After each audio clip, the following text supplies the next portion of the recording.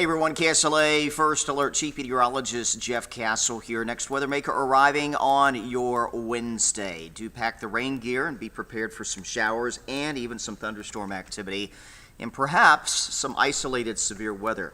Locally heavy rainfall possible as well, particularly if you are around the I-30 corridor. That is where rain is going to be heaviest, and we will see a low-end severe weather risk developing, especially across parts of northwest Louisiana heading into tomorrow afternoon. This is the latest severe weather outlook.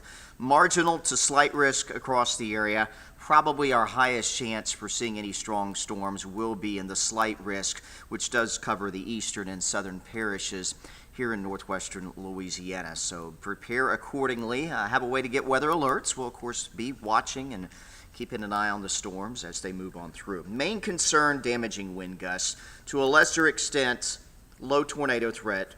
May see some isolated instances of flooding, again, most likely around the I-30 corridor where rain will be a little more persistent.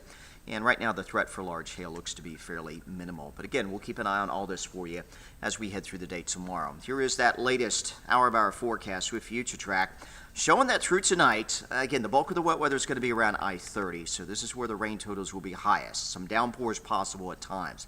Waking up tomorrow morning, probably dry around Shreveport and across the southern half of the Arklatex. I-30 corridor northward, though, again, plan on a wet start. We take you towards midday tomorrow. Once again, the northern Arklatex seeing the brunt of the precip, although rain chances will start to spread a little bit more to the south as we head into the afternoon hours, and likely eventually some sort of line of storms developing probably near the Texas-Louisiana border and then spreading across northwest Louisiana through mid to late afternoon tomorrow.